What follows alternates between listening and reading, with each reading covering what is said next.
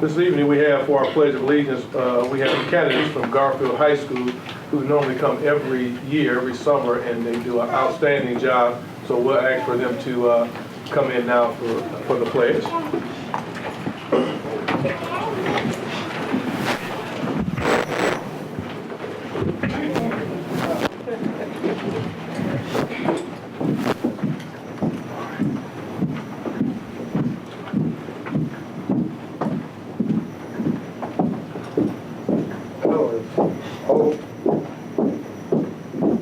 Freeze, sign, colors.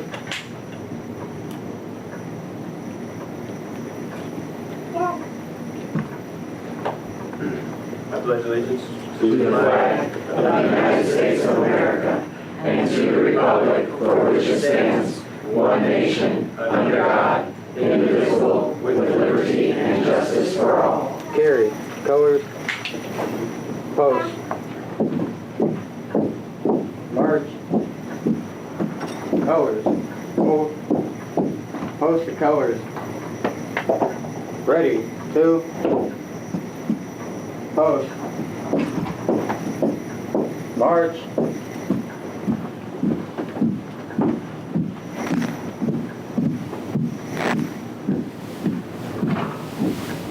Colors. Hold. Order. Colors. Ready. Cut. Up. Out. Face. Everybody sit. You better put your keys. Forward. Hold. Left. Pick. So most of you have seen Cadet Sis commanding the color guard today was Cadet Chief Petty Officer Anderson, Cadet Smith, and Cadet Harris. And did this before, and pretty sharp.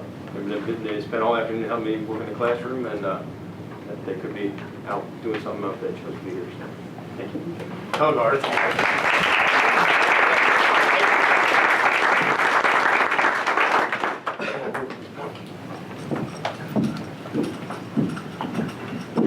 Thank you, ladies and gentlemen. Thank you. They always do a good job, and I want to thank them again. Right now, we're going to go into community reflections. Community reflections. Well, I did, along with students, attend the Akron School of Practical Nursing graduation.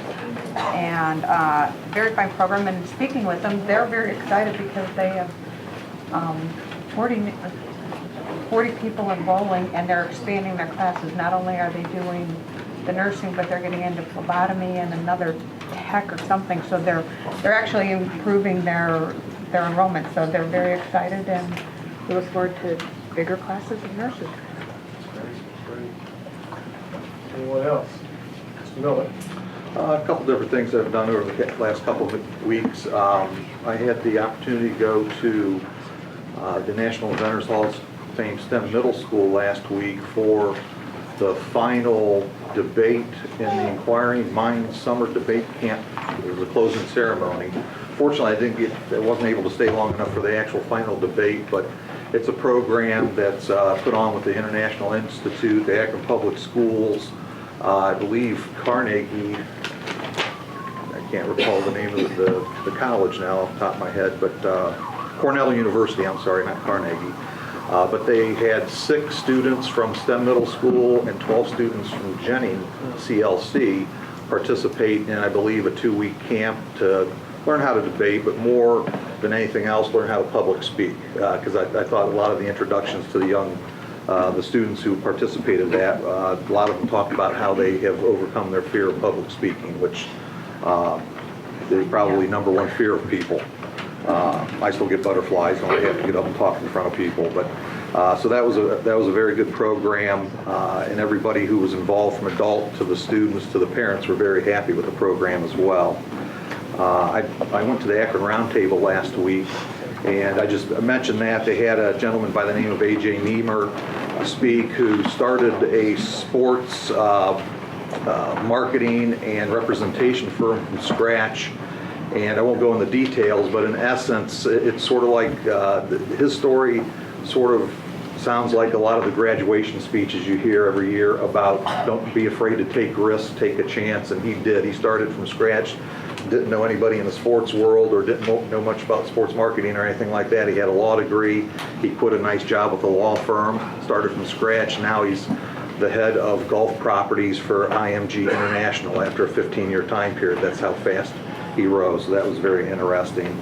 And lastly, I went to Brookville CLC last week for another installment of the Race Dialogue, their action forums that they have. And it's starting more and more to center around the infant mortality. That's what we're speaking about more than anything, or listening to more than anything else. Hoping to participate in one of the upcoming circles. It was not the last round. They want a commitment to be there for everyone, and man, my schedule doesn't necessarily permit that kind of commitment. I wish I could, but getting more involved in that.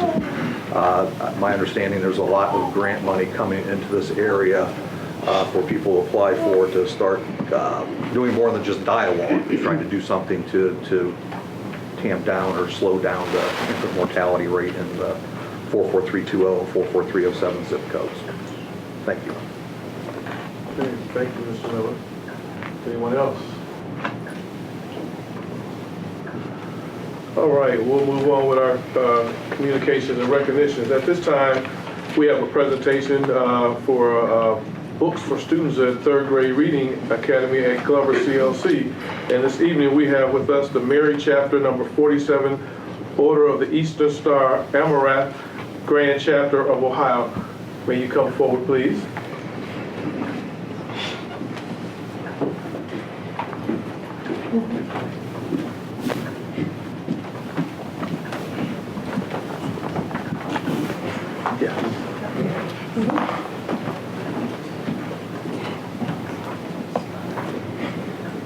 Good afternoon. Good afternoon. Evening, afternoon. My name is Yolanda Bennett, and I'm the worthy matron of Mary Chapter number 47, Order of the Eastern Star. For those of you who don't know what we do, we're a faith-based organization, and one of our main goals is to provide community service in our neighboring communities. Some of the things that we take part in is we do Keep Akron Beautiful every year. We do Go Red, which is in support of heart disease. Our chapter and numerous family members wear red in support of that. This year we supported the Walk a Mile in Her Shoes in support of domestic violence. Along with our brother chapter, Mount Calvary Lodge number 76, we provided 200 blessing bags to the members of Haven Arrest Ministries. That included socks, hats, gloves, water, toothbrush, things like that, that are necessities. In October, we always celebrate our annual cancer survivors, where we pick 3 members from the community who has diagnosed and beat cancer, and we provide them with a full makeover. We give them lunch, we give them roses, we just cater to them for that day. Mary Chapter was established March 17th of 1918. So we have been around for 98 years. Many of our past sister or members were educators in this very system that we stand in before today. Numerous of you know Sister Karen Ellerson, who's retired, Sister Brian, who works at Firestone. So our Grand Worthy Matron came up with, in August of 2015, she came up with a day of community service for the entire state of Ohio. So that means every chapter in the state of Ohio, I'm not sure how many there is anymore, was to do some type of community service project. So our chapter is located on Curtis Street, which is in the middle of Glover, Boris, Firestone Park, and Mickey Bright, which are our neighboring schools. So myself and some of the other members got together and said, how can we do something that we haven't done already? So we wanted to do something for the children in our neighborhood. So what Mary Chapter decided to do was to raise funds to purchase the books for the third grade, and I want to make sure I say this right, third grade reading academy at Glover CLC. Numerous times, as you know, the students, that there's not enough government funding or money to go around for the students to be able to take the books home that they need to help them succeed in the OGT testing and things like that they need to excel in. So Mary Chapter's goal was to raise enough money to purchase books, to purchase one book for each child to be able to take home so that their parents could assist them, so that family members, anybody who was willing to assist them and help them achieving their goals would be able to do so. So with that being said, we were able to raise that money, and we were able to purchase 33 books for the students that are going to be attending this program at Glover. On Wednesday, we will go personally, myself and other members of the chapter, and we will present these books to the students ourselves, and hopefully be able to sit down and just talk to them a little bit and see how they're doing, and maybe meet some of their family members, just to let them know that we are here and we do care for them. So again, I would like to, at this time, present Akron Public Schools with a check for the purchase of the books that we are going to be providing to the third grade students at Glover.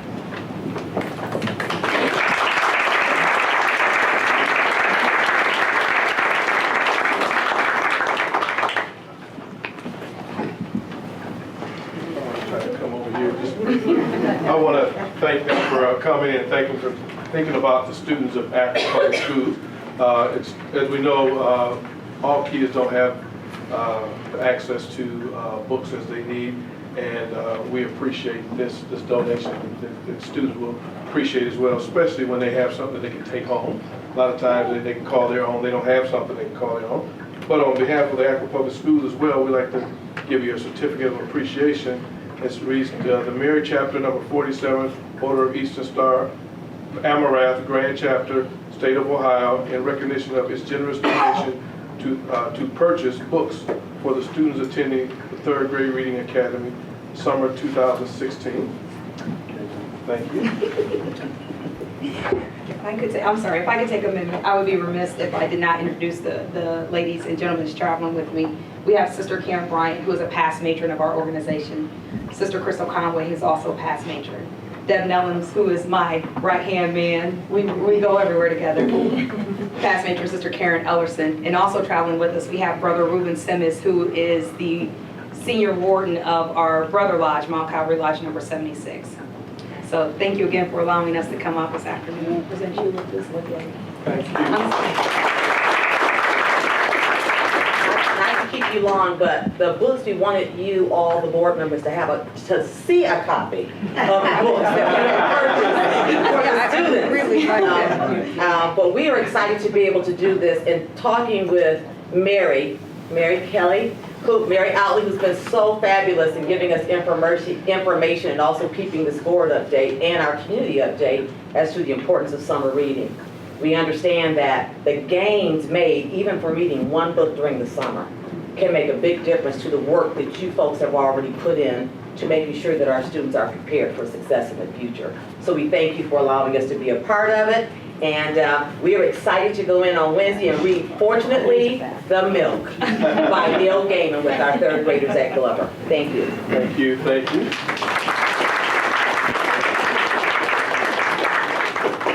I want to thank them again for coming, and thank Brother Simmons, who's my cable toe.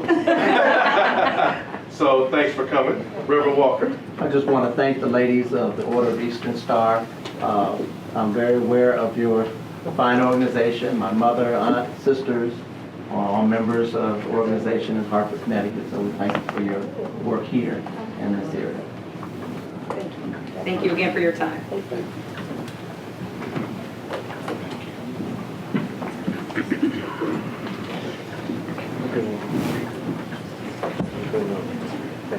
Thank you very much. Thank you.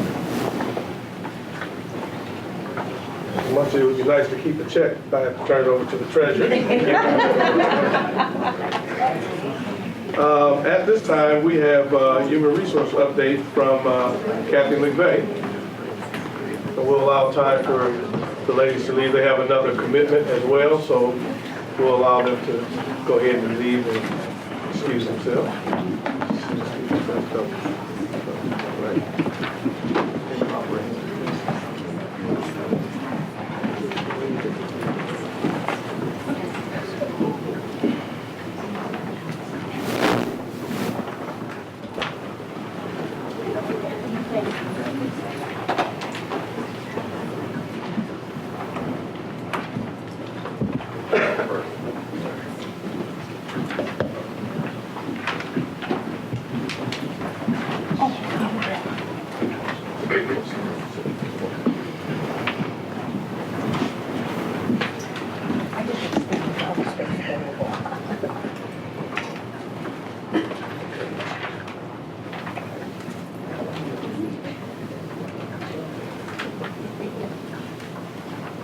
Good evening, everyone. Tonight we're here to present to you a human resources update.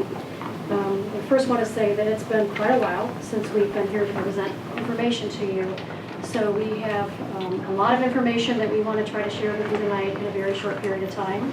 So if it seems like we're moving rather quickly, it's because we are. So we can try to get through the information as quick as we can, but also to let you know and inform you about some of the things that we've been working on over the last couple of years.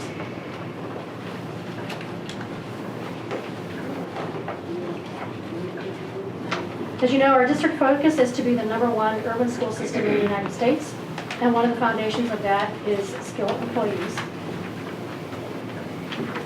Which leads us to our human resources mission statement, which is the Department of Human Resources will recruit, retain, and support high-performing, diversified staff to ensure college and career readiness for all students. Tonight I've brought some of my team members with me, so I'm going to turn this over now to Teresa Kassoud, who's going to talk to you about all of our recruitment efforts. Hello. As Kathy said, this is one of our goals, and although all three parts of it are very critical to our work in HR, tonight I'm just going to talk to you briefly about our recruitment efforts. We feel that we've gotten really aggressive in those efforts, and we wanted to share some updates with you. Before going into that, though, I want to kind of give you just a quick idea of the playing field that we're competing against when we're out recruiting our teachers. There is a national teacher shortage, and want to just give you some alarming statistics for Ohio. This article appeared in the Columbus Dispatch in March just this year, and as you can see, the title was "Drop in Education Majors Sends Ohio Schools Scrambling for Teachers." If you look back in 2003, 2004, you can see the number of bachelor's degrees that were awarded across Ohio's public and private nonprofit universities and colleges, and then only 6,759 of those, or 12.2%, were in education. Where do you think we are 11 years later? We are up.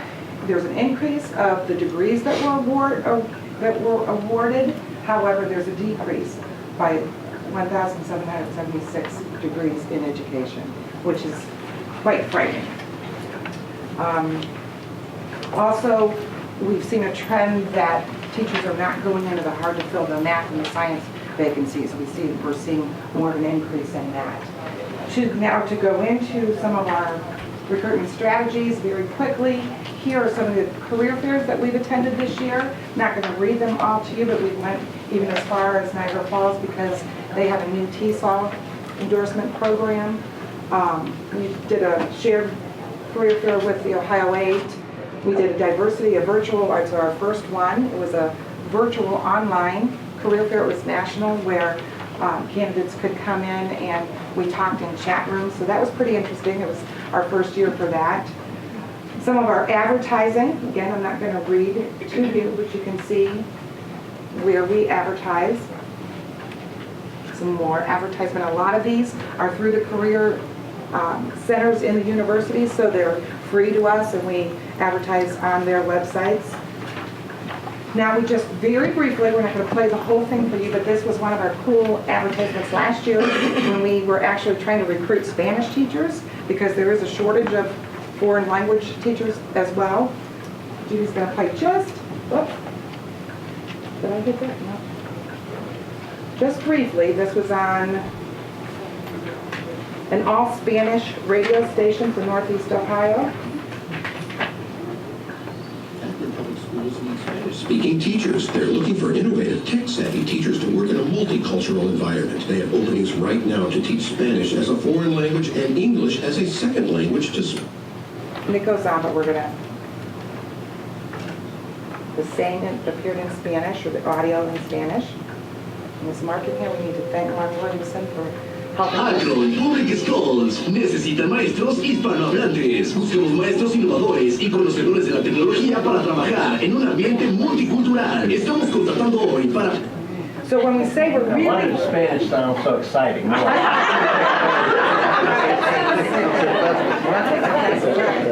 So I guess the point I'm trying to make tonight is when we say we're really trying to be aggressive in our recruitment strategies, we truly are. You saw the shortage that we're facing, and we just can't wait anymore. We have to get creative and brainstorm and do whatever we can.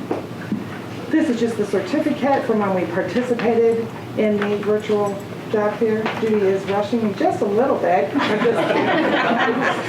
And then the camera, many of you are aware of the Cleveland Area Minority Educators Recruitment Association. I actually registered APS 2 years ago, but I think they've just taken limited under maybe 20 districts in their association. But so we are on the waiting list. We did meet one of the people that sits on the board at Kent State this year, and she told us about a job fair. They didn't really advertise it a lot last year, so we missed it, but we will make sure that we do attend that this upcoming year.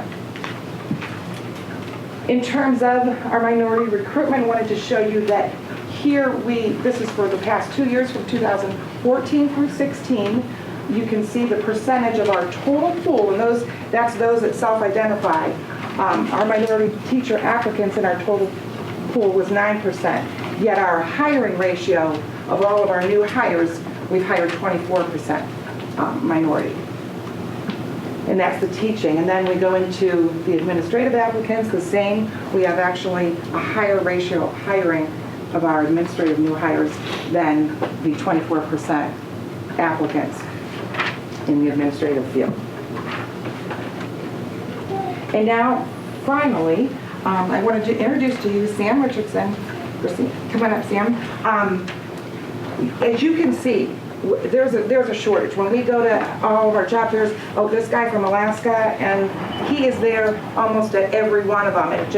We can't wait anymore. When we went even to Niagara Falls, I talked to someone, I think they were from South Carolina. They said that their team was in New York all week. They had another team in another state. So people are getting really aggressive. We needed to not, in the past when we had a candidate who was out of state or even out of country apply, oftentimes we would try to do a phone interview, or if they'd say they were moving back home in a month, we would try to schedule to get them right away. We can't wait anymore. So went to Howard, who gave us Sam, and Sam is our Google expert. We need to reach candidates now, and Sam's just going to demonstrate how he does that, or how we do that, but Sam is instrumental in setting it up. Good evening, everyone. Good evening. When I was tasked with about human resources, when they came to me about wanting to do something as far as the video conferencing, we actually were already running a test for distance learning children. So we already had everything kind of figured out, so it's kind of pretty simple to set it up for them to be able to do the interviews from any distance. So what we did, we set up a link, which is at the bottom, which is APS interviews, and human resources, the interviewer, all they would have to do is send that link to the potential candidate for their interview. The candidate would hit on that link, and it would bring them into the video conferencing interview. And actually, just to demonstrate, actually on the TV over here, I actually have a young man I asked to sit in as a potential candidate. So we'll see, we'll launch it. And this is all what happened is they would send a link, they would join the interview. And there would be a potential candidate.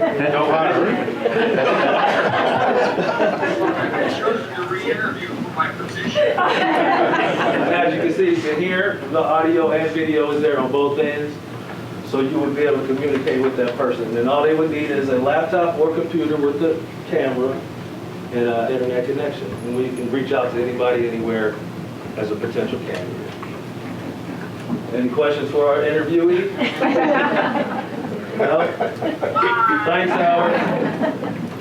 But that's how simple we can reach out to people. And like Teresa said, with us moving to Google, it's really great as we integrate more things to be able to do some of these things actually to benefit the district.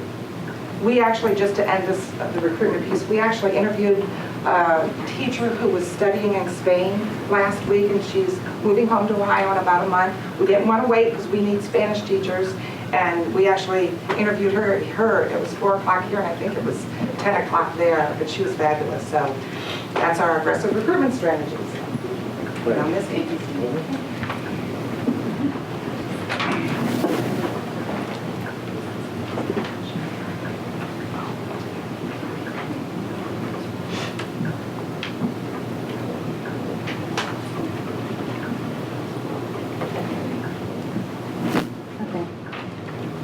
So I'm going to talk to you about our HR customer service changes. To improve customer service to our employees, we've instituted some major changes. One is that for many years, student transcripts has been in our HR department. We decided to make the change to have student transcripts transferred to our student services department. Next change, the employee badge process was done in our facility maintenance department. For many years, we decided to transfer our employee badges down to our human resources department. This has been a good move because when it was an employee maintenance department, there were only 2 days a week where we go obtain an employee badge. Now it's 5 days a week from 8 a.m. to 5 p.m. So we opened up more customer service there. We've also automated our employee verification process. We're in the process of doing that, I should say. We're working with the Payroll and Technology Services Department. Process is going to take 90 to 120 days, but when it's once finished and done, verifiers will be able to access employee verification information 24/7. And we've also partnered with Wren Hill Group, Ohio's preferred educational staffing solution. Wren Hill recruiting specialists will recruit, screen, and interview substitute teacher job candidates. In addition, we've also partnered with them for substitute teaching service, and they have a team of callers who will work days and evenings filling our teacher vacancies with quality substitute teachers. And also I wanted to talk to you about the educational assistant recruitment. Basically, we have 200 ed assistants that work throughout our 50-plus school buildings. And as an effort to keep recruiting substitute educational assistants and full-time educational assistants, I participated in a few job fairs with Akron Works, Job Center, and a mini fair with Mature Services. And we've also partnered with Brown Mackey, Fortis College, and Portage Lakes Career Center because we found that the STNA candidates, or state-tested nursing assistant, they are quality candidates for our educational assistant positions. Turn it over to Judy.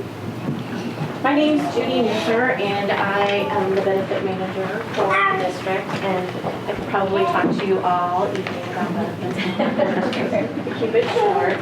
I just wanted to highlight that we've kind of been going through a multi-phase implementation of an electronic enrollment system, which has allowed us to ditch the paper and pencil traditional method that we had used in the past.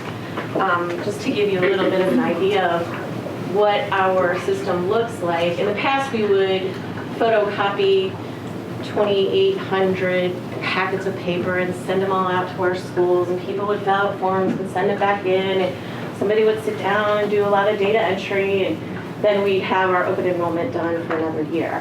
What we've done is gone to full implementation of electronic open enrollment system and eligibility management system. So this is the landing page that our employee users will see, that they can do their enrollment information here.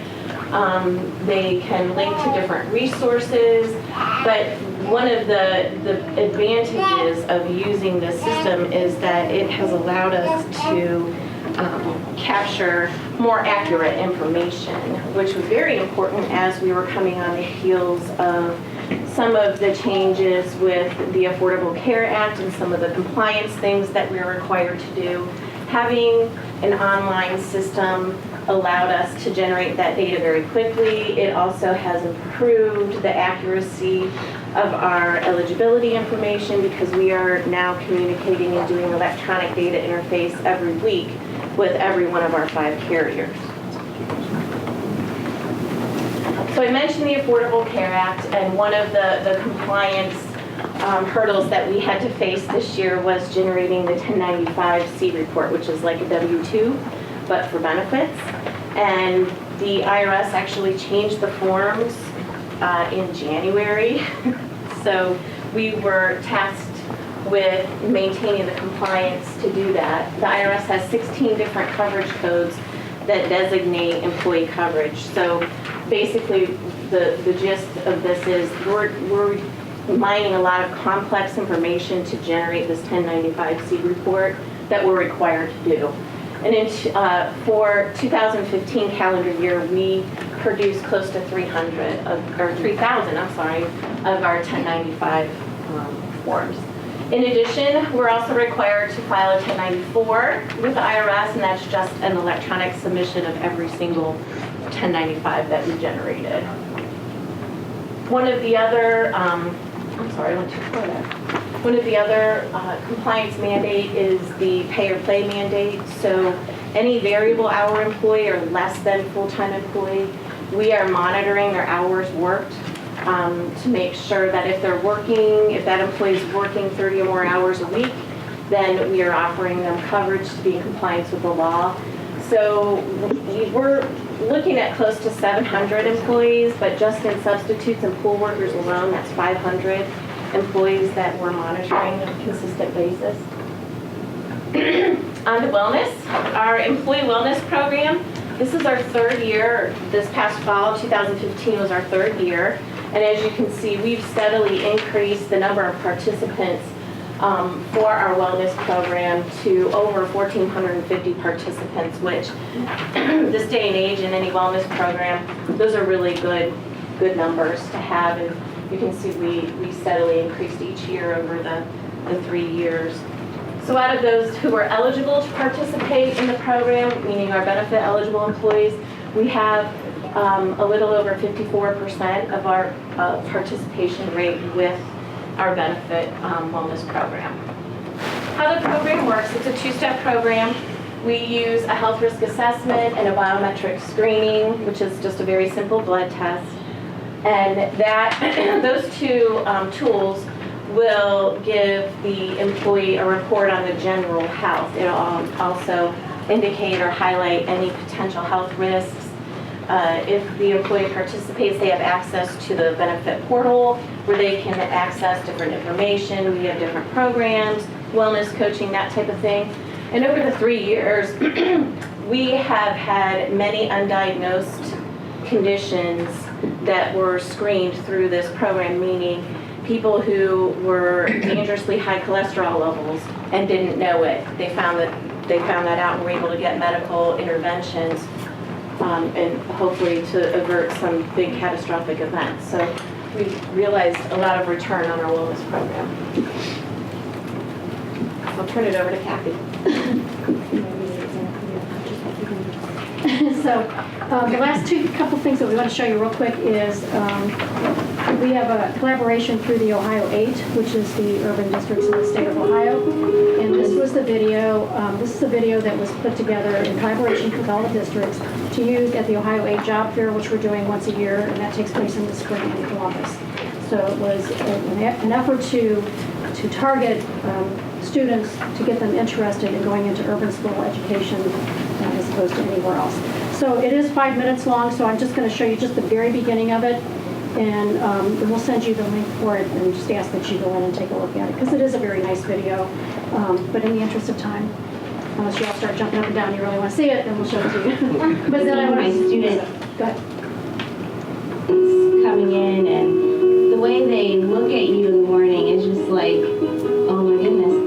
They smile, they walk past, they tell me to have a great day, and I'm sorry.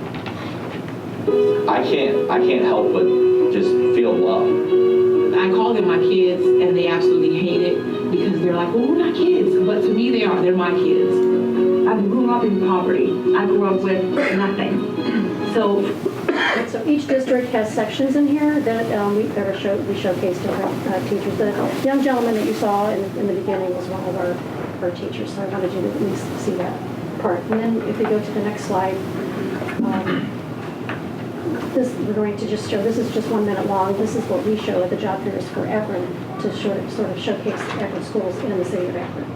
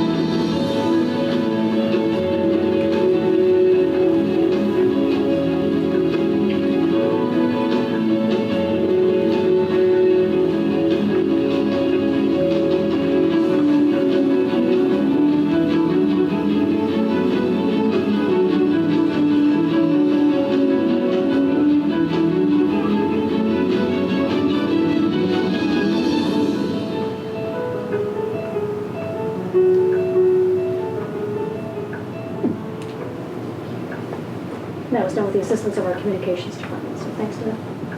So that's the end of it. Yes, you said some of the things were detected through the blood test and that, through the wellness program. What kind of incentives are we offering the employees, if any, to get involved in the wellness program? Maybe even get involved in wearing one of those walking step things that show your exercise. Do we have anything like that? We do. We offer our employees a discount on their monthly employee share of the premium if they participate in the wellness program. Okay. What type of, particular percentage or? Oh, it's different versus what type of coverage. So if you have single coverage, your discount is $25 a month. If you have family coverage, if you have single coverage, it's $15. If you have family coverage, it's $25 per month. Okay, thank you. And I think it was a gentleman at the beginning that said, or maybe it was Kathy, about the retirement, or not retirement, but the number of kids getting education. Kids going into college for education. Yes. Do we have any information, and maybe you don't, and just by chance I thought I'd ask the retirement info compared to, if we had 5,000 kids graduating with an education program, do we have 3,000 or 6,000 maybe leaving? Like statewide? Yeah, if you don't have it, I understand.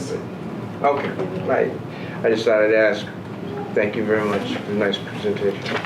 On the substitute teachers that are listed that we're hiring in this list, did they come through the Ren Hill group, or are they the No, Ren Hill's going remains to of be our? starting up with us for this coming school year. Okay, so, and just out of curiosity, because that's where I went, and when I went there, it was all education, but I didn't notice Bowling Green on there. Is it too far away? Is it too rural? Is it? We have attended probably 3 years Bowling Green. We just did not see the interest in applicants wanting to move to Akron. Yeah, okay. That's fine. I was a minority not being in education when I went there. Now, what about our HBCUs and other minority colleges, universities? How do we, what recruitment strategies? We're looking at other ones. Tyrone Finney, actually one of our principals, we've had great discussions over this. 2 years ago, I think we traveled to Central State, thank you. And because they said that they had like 35 candidates for us.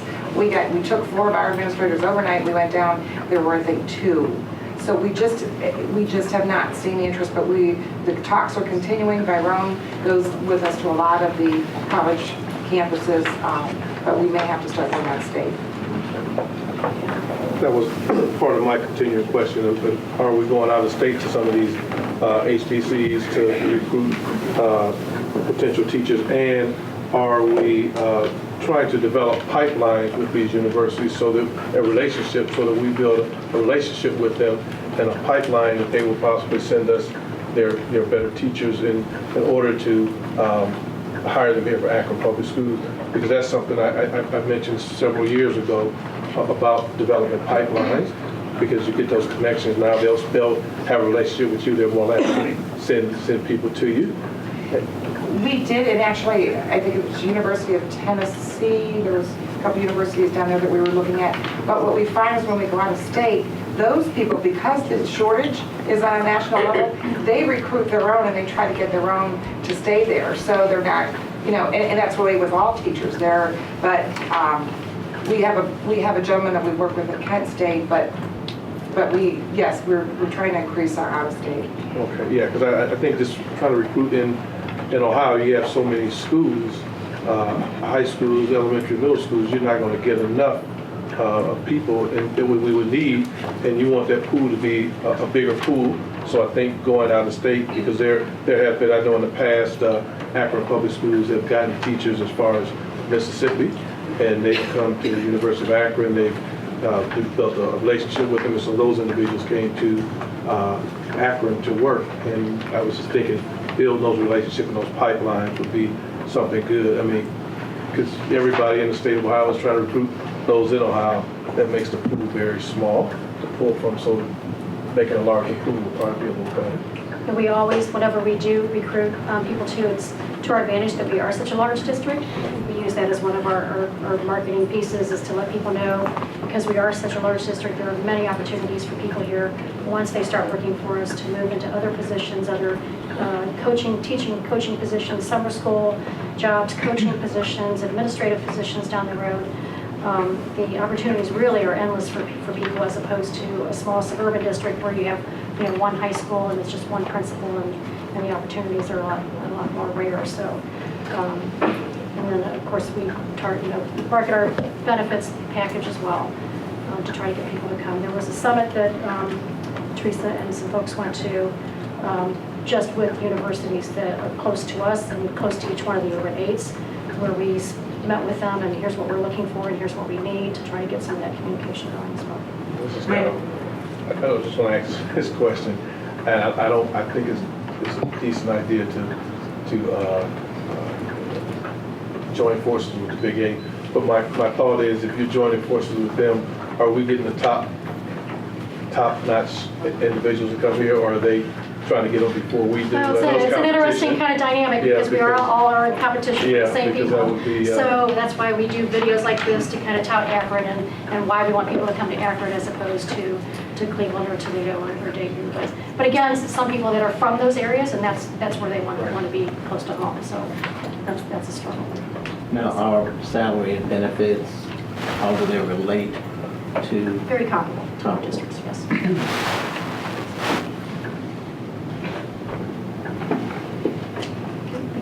Thank you. Thank you.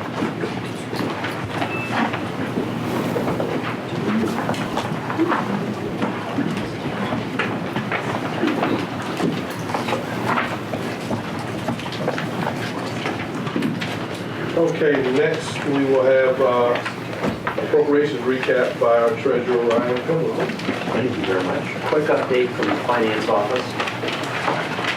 Some of the board members may know that the second board meeting of June is actually our busiest board meeting for finance department. It's when we come to close with all of our 65,000 line items in our budget.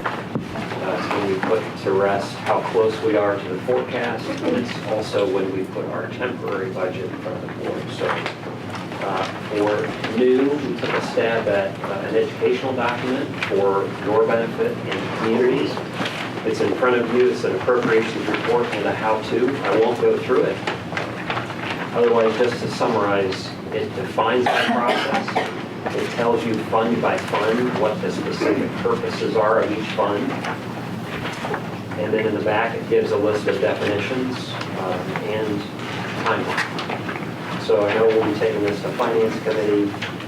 This is more of an administrative guideline than it is board policy, kind of models what we do now. I'm happy to report that the final appropriations finished within 1% of our budget from last year. A year ago this time, in fact, just under a permit, so we're not asking for a request, which was $325 million last year. All funds total was well over half $500 million. That's my Thank you, Mr. Pillington. And next we'll have approval of meeting minutes, and we're going to do all three at the same time. I need a motion. So moved. Second. So moved and second. Any questions? Roll call. Mr. Otter? Yes. Reverend Walker? Yes. Ms. Wall? Yes. Mr. Alexander? Yes, abstain from special meeting on June 8th and the regular meeting on June 13th. Thank you. Mr. Miller? Yes. Yes. Mr. Brown? Yes. Thank you. I missed you today. All right, superintendent recommendation. Mr. President, I have before me for your consideration 67 personnel recommendations. Supplement number 1, which is the class of 2016 graduates for your certification. And one additional personnel recommendation in supplement number 2. These recommendations are in proper form and I move their approval. So moved. Second. Moved and second. Question? Roll call. Reverend Walker? Yes. Ms. Wall? Yes, abstaining on 67. Mr. Alexander? Yes. Mr. Bravo? Yes. Mr. Miller? Yes, abstain from number 64, please. Mr. Otter? Yes. And at this time, Mr. President, I'd like Kathy McVeigh to identify some folks in the audience who are moving around in position. Moving around, moving up. And I'm sorry, before I need a test, abstain from item 65 and 66. I'm sorry. All right, I have some brief updates for you tonight for some people that have already been here before, for whom I've done the bios for, and then some other newer folks tonight as well. So I'm going to ask Tara Bruce, please, to stand up first. Tara Bruce was here last year. She came to us in 2014. She's been a dean of students at Case and Harris Elementary Schools, and then was appointed as the interim assistant principal at Lawndale Elementary for the past school year. Tonight, she's being recommended as an assistant principal and will be at Robinson CLC. Congratulations. I'd like to thank Superintendent James, Assistant Superintendent Dr. McWilliams, and the school board, and of course Mrs. Kelly. I'm looking forward to working at Robinson. I'm really excited and I'm definitely honored. Thank you.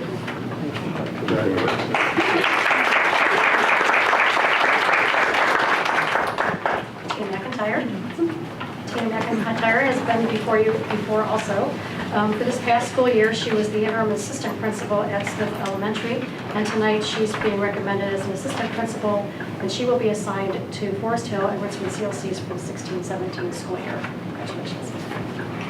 I just want to say thank you to the board, and most importantly, thank you to the superintendent and assistant superintendent and Mary Kelly for this opportunity to be an assistant principal in Akron Public School District.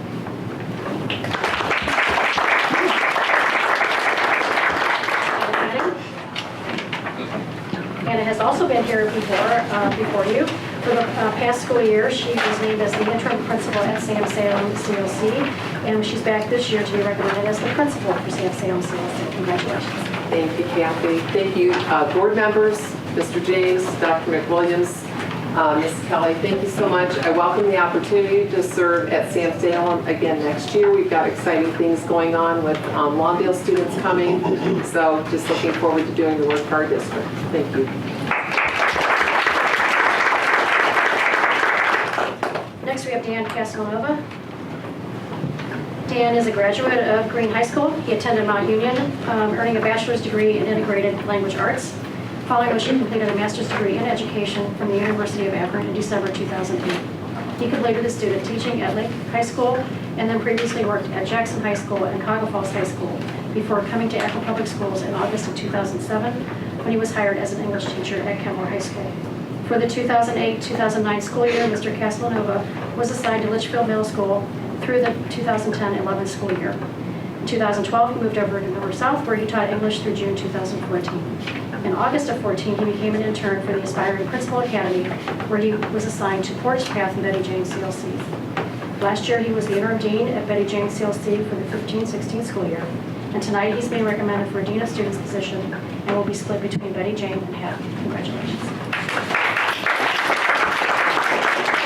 I want to thank the board and Superintendent, Assistant Superintendent Mary Keller for giving me such an awesome chance to continue to work in elementary ed and to work with Hatton and Betty Jane and Ella Cluster and continue working with APS and making APS #1.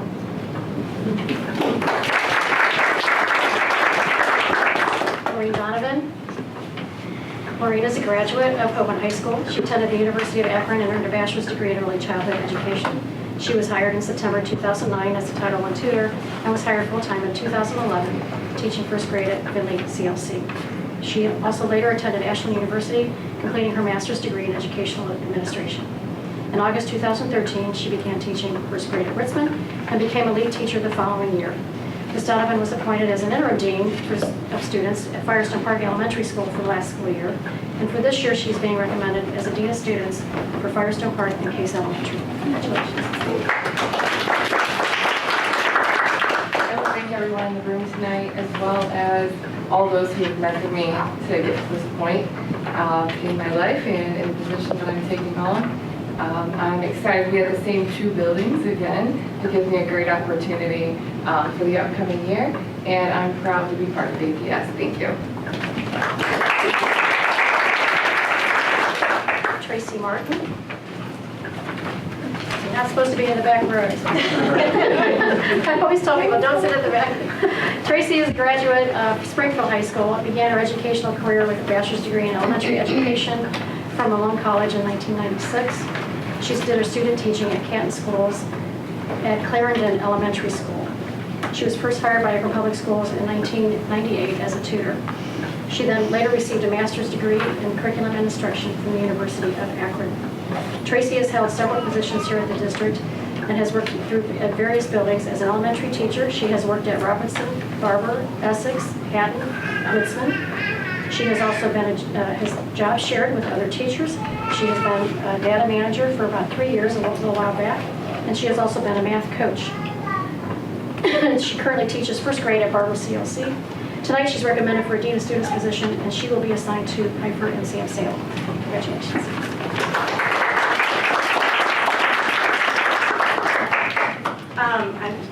We've been with Akron Public Schools for 20 years, so I just want to thank the board members and David James and Mary Natalie Kelly and Dr. Mike Williams just for this great opportunity. I'm so excited to take this new avenue and I just love Akron Public Schools. So.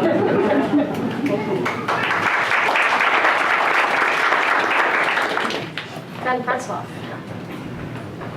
Staff of Akron Schools is proud to welcome Benjamin Pretzloff to the position of Dean Early Learning Program.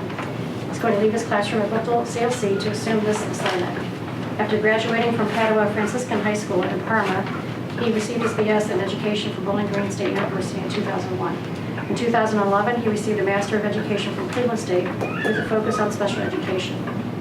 He completed his educational journey by receiving a master's degree in 2015 with a focus on educational leadership. Prior to joining Akron Schools in 2015, he worked as a special ed teacher in South Carolina, where he worked at both the middle and high school levels. He served in leadership roles by helping coordinate many programs and activities that serve the teachers and students at the schools. He was also a baseball coach as well as a teacher, mentor for new teachers. His desire to return to home brought him back to Ohio, and as indicated in 2015, he was hired at Akron Public Schools. For the 2016-17 school year, he will be the Dean of Students for our Early Learning Program. Congratulations.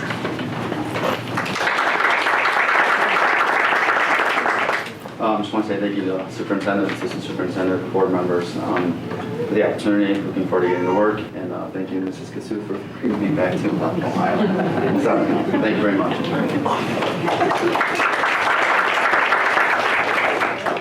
Next is Ricky Sims.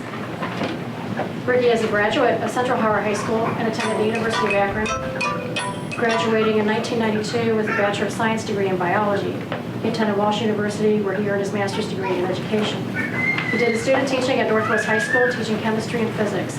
He began his teaching career at Garfield High School in 2000, teaching science, where he continued teaching through 2013. Mr. Sims participated in the Aspiring Principal Academy as an intern for the 13-14 and 14-15 school years and worked at Leggett and Mason CLCs. For the past school year, he's been the interim dean at Leggett and Mason, and this year he's being recommended as a dean of students and will be assigned to King and Resnick CLC. Congratulations. I'd like to thank the board, Mr. James, Dr. McWilliams, Mary Kelly for this opportunity to serve the students and the families of Akron Public Schools, and to give me the chance to give back to the system that really started me off and gave me everything to be the adult I am today. Thank you. Joanne Lane.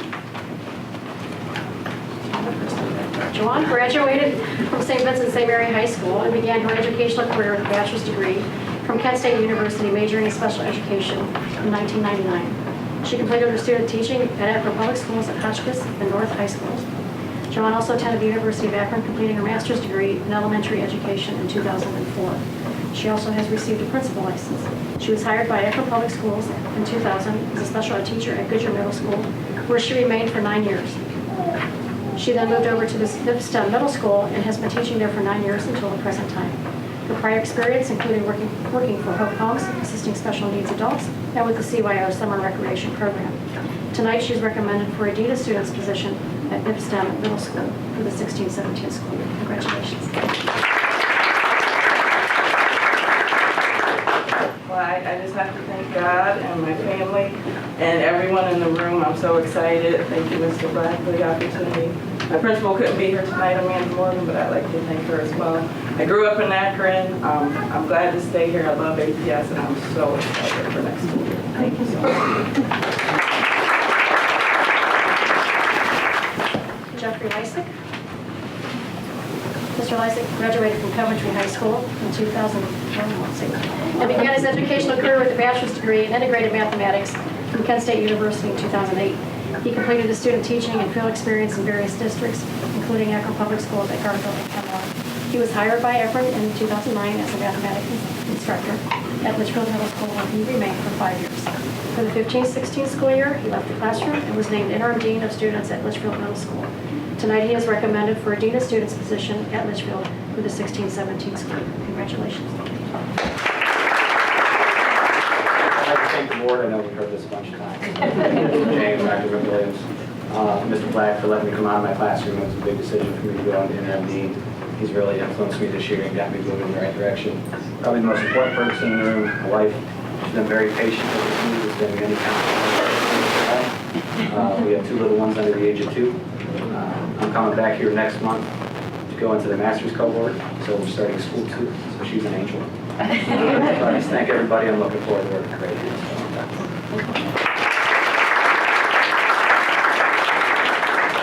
And the other change in assignment I was going to announce tonight was Anthony Lane. I don't see Mr. Lane here, but he is moving and will be assigned to Robinson CLC this coming school year. Thank you. Next, Mr. President, I have before me for your consideration 2 motions and 5 resolutions on the consent agenda. The resolutions for items 1 and 2 are incomplete in the resolutions document. The completed versions are in the board letter supplement. Also in the board letter supplement is 1 additional resolution for cash transfers for a total of 6 resolutions. These recommendations are in proper form, and I move their approval. Moved. Second. The moved and second. Any questions? Mr. Miller? Just on the cash transfers for practical nursing, I guess my hope and thought as we talk about that program as we move forward here, my understanding is that we really don't have a choice in this, but and my understanding is for paying for debt that's already been incurred this past school year, so we're legally obligated, but hopefully we can take a look at that program moving forward and, maybe trying to recoup some of those expenses from that program that we're allowing here this evening, talking about it, so. Any other questions, comments? Is it possible then to work with the director of that program to look at this more as an advance and I talked to Director Dawson today, and she explained the deficit was partially from a low enrollment, not only this year, but the previous year that we talked about last year, and the costs of starting new programs. So she's made the commitment that she'll work with the board on how to repay those funds in more like an advance type function. And then, as Sister Walsh said, this has been a boost this year, where there's been an increase in the enrollment. So hopefully that will sort of level off some things. It's a good program, and I'm a supporter of that program. I know it means that we have to do some other things to keep it moving, but because of its history and legacy in this community and the things that it does contribute, particularly to those individuals who can start out in nursing and be able to be educated in a very cost-effective way versus going to some of these other schools, which is basically money-making areas where we still provide a service in our community for those skilled people. I didn't get a chance to go to graduation this year, but last year to see those people cross the stage, see the things that they've done, and how they contribute to our healthcare system, it's rewarding. So I know it's a struggle, and the superintendent is sort of looking now, but I would hope that we would continue to be supportive of that particular aspect of our educational institution that we provide. And I'm going to add that maybe it might be growing or seeing things. The most interesting thing I saw this year was that 3 of the students' parents had graduated from the program. So it was, maybe we can start building and getting more people that way too, that, like I said, pass the word around, because that was quite impressive that 3 of those students' parents were there able to graduate from the program. Thanks to the board for approving the transfer. By law, we're not allowed to end a fund balance in the negative. So we'll consider this internally as a practice of a loan that will work on an action program. But for now, we close the books in the black, which means we're okay by the state audit. So I appreciate that. Great. Any other question? Yes, thank you, Mr. President. On the, that was at 10-3, the graduations, were on 3 nights or 4 nights. The number here that we have for Garfield and for Kenmore are different than the numbers that were given to me that night. Could maybe explain? I was told Kenmore had 101 and Garfield had 106, and it's different on the information we were given. Well, these would, my understanding, would be the real numbers. The other ones, we have to certify. Okay. And so once we certify, you get the actual number of students. Because we know when you go to graduation, it says these are the names of persons and they have to be certified. Once they're finished certifying, we make sure we get the real number. So there might be some difference once they're actually certified. All right, I'm sure that explains it. Thank you for that. Okay. Roll call. Ms. Walsh? Yes. Mr. Alexander? Yes. Mr. Bravo? Yes. Mr. Miller? Yes. Mr. Otterman? Yes. Reverend Walker? Yes. Next, Mr. President, I have before me for your consideration 48 business affairs recommendations. At this time, I'm pulling item number 8 from consideration. I will resubmit that at the next board meeting. Other than that, these recommendations are in proper form, and I move their approval. So moved. Second. Been moved to second. Any question? Mr. Miller? Just a comment on items number 35, 36, and 37. I did ask a question prior to the meeting because it's not based on what the total cost is, just the cost per member, but my understanding is our CFO, I should say, is going to discuss those items in our finance report coming up. Any other questions? Roll call. Mr. Alexander? Yes. Mr. Bravo? Yes. Mr. Miller? Yes. Mr. Otterman? Yes. Reverend Walker? Yes. Ms. Walsh? Yes. Superintendent's report. No report this evening, Mr. President. Okay, President's report is going to be short, but I have to thank some people because during my time of being out under doctor's care, this board has done a great job in my absence and done good. And I wanted to thank the board members for continuing to do that. And I really want to thank Mr. Bravo because he done a great job standing in for me. There was a lot of work and the timing was kind of off because he ended up having to do a lot more work than anticipated, but he did a great job, and I wanted to make sure I thank Patrick publicly. I want to thank the board members as well for the edible arrangement, along with the superintendent treasurer. The fruit was good, so I wanted to make sure that I thank you for that. Marilyn, for all the support and help that she's done. She did a lot for me because it was a little difficult, and mentally, you know, when you have a head injury, it's not too great, so she helped me a lot and gave me some hugs that helped me to even go further because she's just such a nice person. And Karen Lydell Anderson, the special ed department, I mean, I want to thank you for the card. They sent me some chocolates. I'm not really a big chocolate fan, but the chocolates were great. And I ate every last one of them. I want to thank you in your department for doing that because I just think it was so nice and appreciated. And then our superintendent, and his wife for sending me a card as well and thinking about me. And then for everyone else who had prayers and thoughts, had me in their thoughts, I want to thank everybody because it's probably one of the toughest times I ever had in my life. And I've always been able to overcome a lot in my life, but this was something that was really a little more difficult. So I want to thank everybody for their prayers. You know, the calls, Reverend, you know, Mr. Miller and Ms. Walsh and Ms. Otterman, everybody just for calling me, and Ms. Mansfield, even though she's not here. And then I wanted to also thank both the City of Akron and our board for the joint board meeting that we had together at Akron Summit County Library last week. It went real well, it was real smooth. Superintendent did a good job of doing a presentation and giving our options and background, as well as Ryan Pendleton, our treasurer, giving information and numbers, along with all the other comments that our board members had, as well as the City of Akron. So I thought that was really good. I look forward to us continuing to work together for the betterment of Akron, the community, the citizens of Akron. That's very important. And so we need both of us to work together. We want to see the City of Akron continue to blossom. I want to congratulate LeBron James and the Cleveland Cavaliers for bringing us a championship.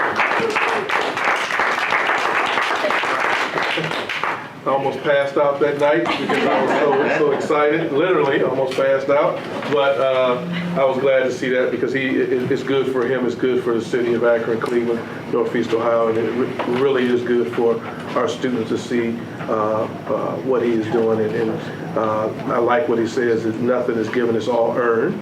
And so I want our students to remember you have to earn it, which leads me into my last comment of the third grade reading guarantee. I want all the parents out there who may be listening, those here in the room, encourage all the parents to get their kids to read, not just at school when they're in academy during the summer, but at home. We saw this evening that there were books donated for one of the schools. So we want to encourage all parents to encourage their kids to read at home. If they can't get books, you know, they can't afford them, go to the library, check them out, things like that, because it's very important for our kids. So parents, please continue to do that. I know our staff will do a great job. So thank you. Treasurer's report. Glad you're back. Treasurer's report, as Mr. Miller mentioned, items 35 through 35 through 43 are all annual and/or renewal type contracts. I'm glad you highlighted it. It does represent a significant portion of our budget. It's well over $45 million annually in spend. All of the medical mutual, both the administrative costs, the stop loss, and the health insurance rates, as you know through Finance Committee, our health insurance rate came in higher than expected at about 17% over last year's rates.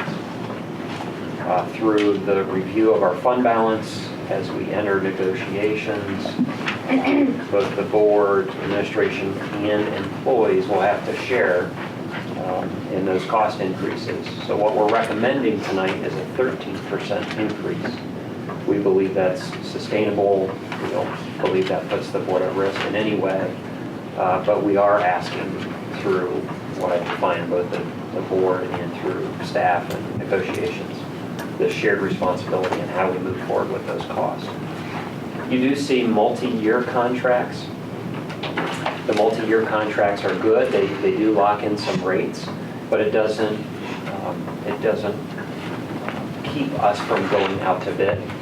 And we really do try to go to the providers every year to tell them to sharpen the pencil. I know Judy Newser talks with our providers almost on a daily basis. I think you'll be seeing a recommendation from us next year to go to more of a formal bid and RFP. And then finally, item 43 is a 3-year rate lock on a large pool of liability. This is our life insurance, and as you see, we separated out in 2 groups, our regular employee section and then our disability retiree group. So it's actually at a rate that's less than what we paid, but it locks it in for 3 years. That's a very important contract for us and good for Akron Public Schools. Was it initiated by the school board or the vendor? That's initiated by the school board. Okay, committee reports. I know we have legal and we have instructional. Okay.